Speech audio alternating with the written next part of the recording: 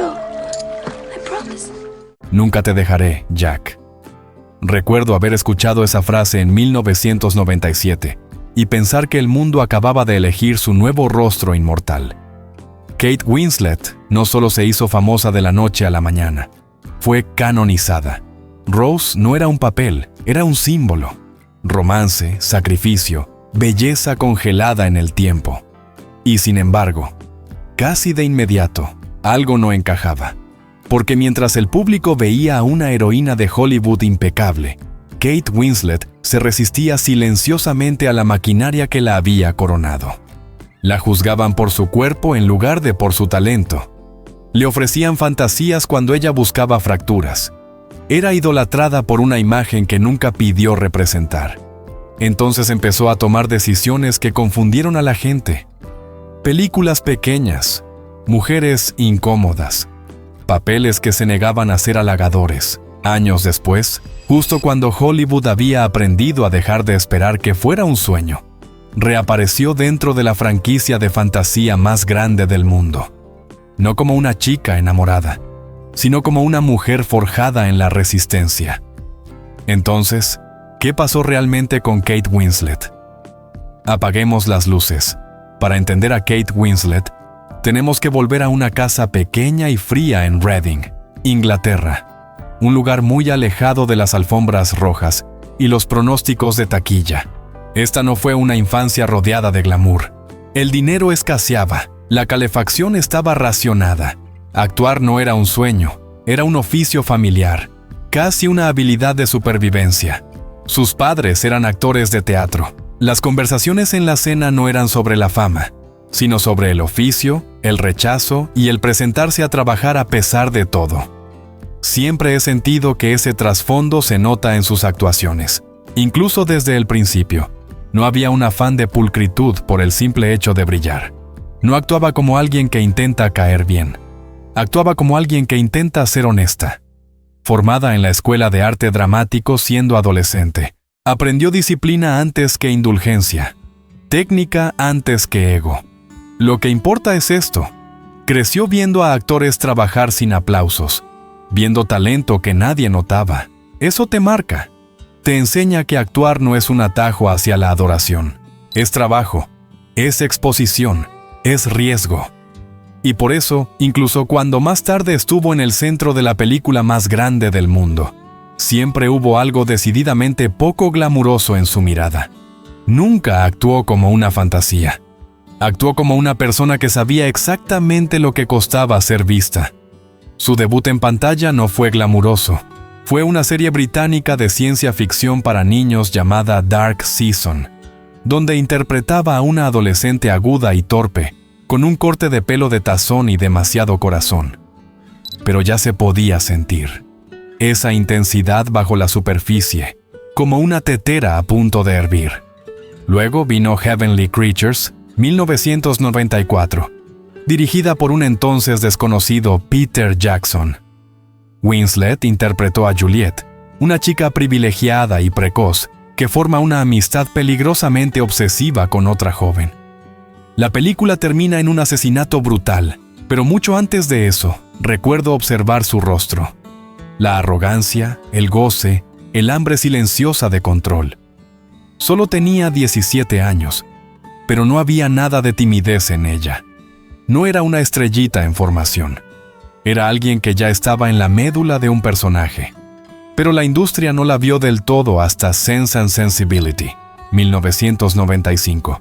Como Marianne Dashwood, encarnó el idealismo romántico chocando contra la decepción del mundo real. Sus monólogos vibraban de juventud, pero sus silencios decían la verdad. Hay una escena silenciosa, casi de pasada, donde escucha al coronel Brandon leer poesía.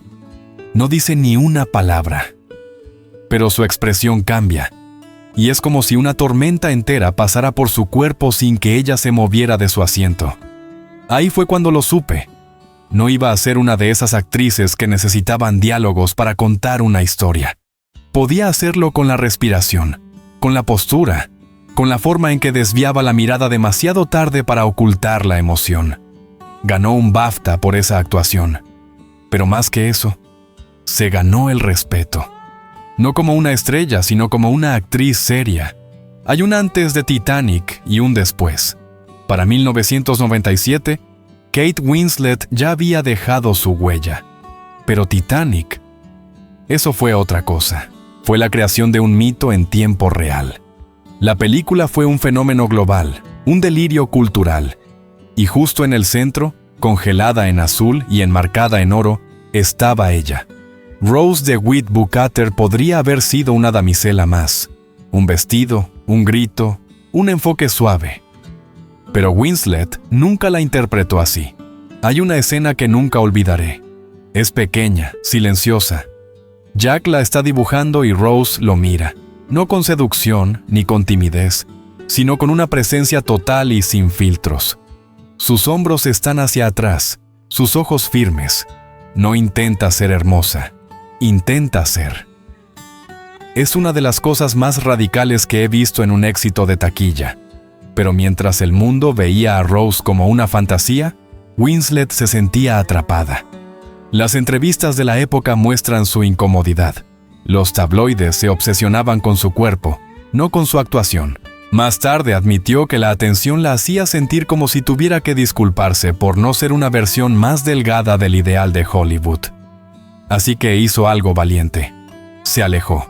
No de la actuación, de las expectativas. En lugar de aprovecharse con comedias románticas u ofertas de grandes estudios, se inclinó hacia papeles difíciles y a menudo ásperos, y ninguno más icónico que Clementine en Eternal Sunshine of the Spotless Mind, 2004. Hagamos una pausa aquí y miremos de cerca. Hay un monólogo a mitad de la película donde Clementine mira a Joel y dice: «Demasiados chicos piensan que soy un concepto, o que los completo, o que los voy a hacer sentir vivos. Pero solo soy una chica jodida que busca su propia paz mental». La forma en que lo dice, rápido, como si arrancara una curita, te dice que lo ha dicho antes.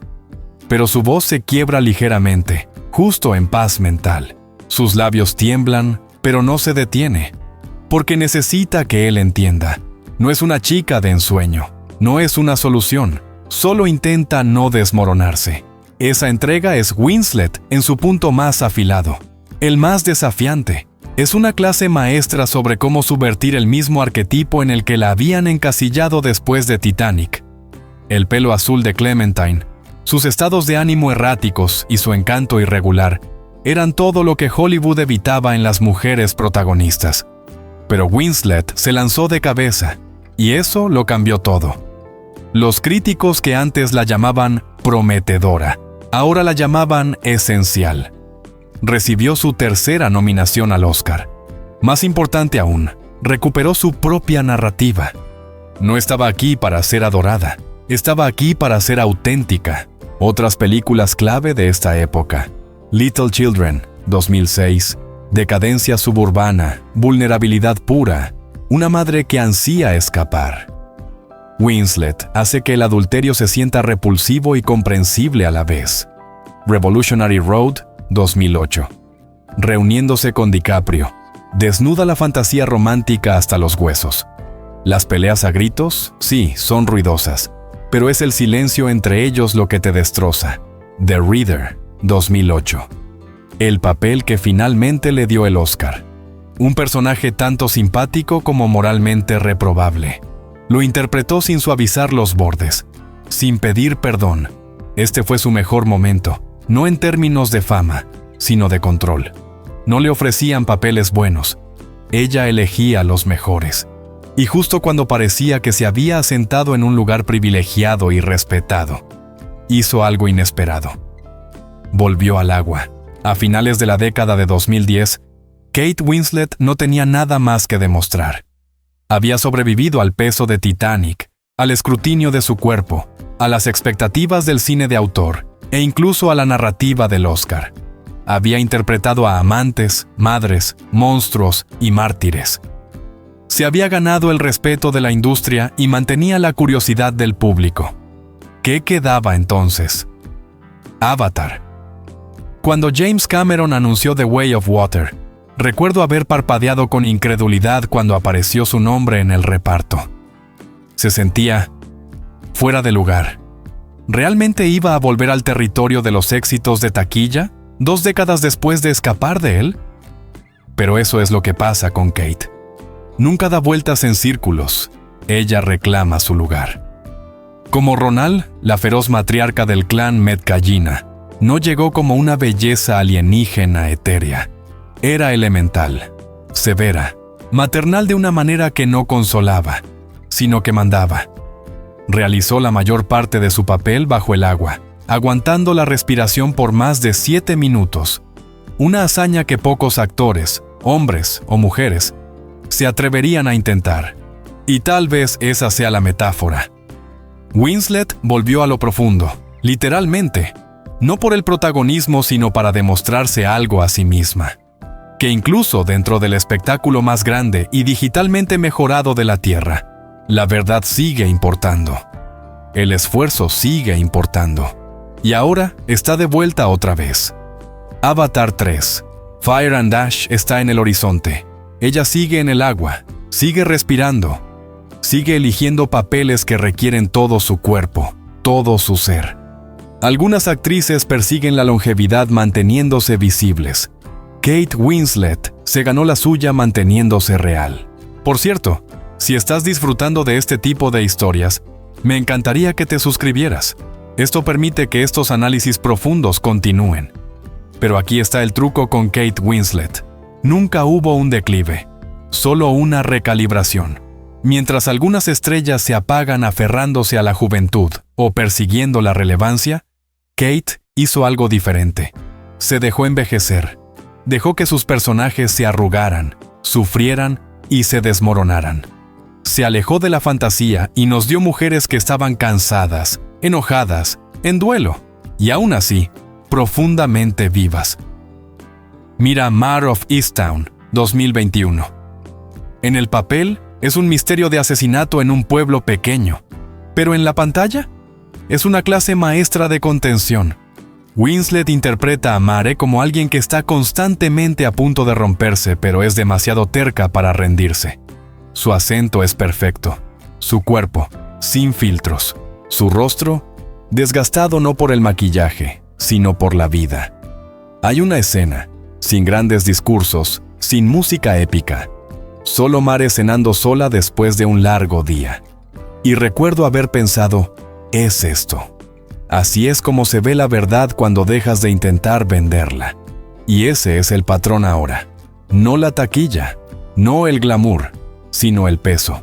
El verdadero peso emocional. No aparece en 5 películas al año, pero cuando aparece, importa. Y cuando Avatar, Fire and Ash llegue en diciembre de 2025, ella no será un símbolo de nostalgia. Será la prueba de que la profundidad puede sobrevivir incluso en una franquicia construida sobre el espectáculo. Entonces, ¿cómo deberíamos recordar a Kate Winslet? No como la chica que soltó la mano en Titanic, no como la ganadora del Oscar en The Reader, sino como una mujer que se negó a hacer un sueño y eligió, en cambio, ser honesta. Rechazó los atajos, rechazó la fantasía y se permitió ser complicada, herida, envejecida, sin pulir. No solo actuó en películas, sostuvo el peso de ellas. E incluso ahora, mientras Avatar, Fire and Ash se prepara para tomarse los cines de nuevo, ella sigue siendo una tormenta silenciosa dentro del espectáculo, insuflando verdad a lo irreal. Kate Winslet nunca desapareció, solo siguió volviéndose más humana. Si te gustó este análisis, por favor dale me gusta y suscríbete. Y comenta abajo, ¿cuál es tu actuación favorita de Kate Winslet? Y, ¿sobre quién deberíamos apagar las luces la próxima vez?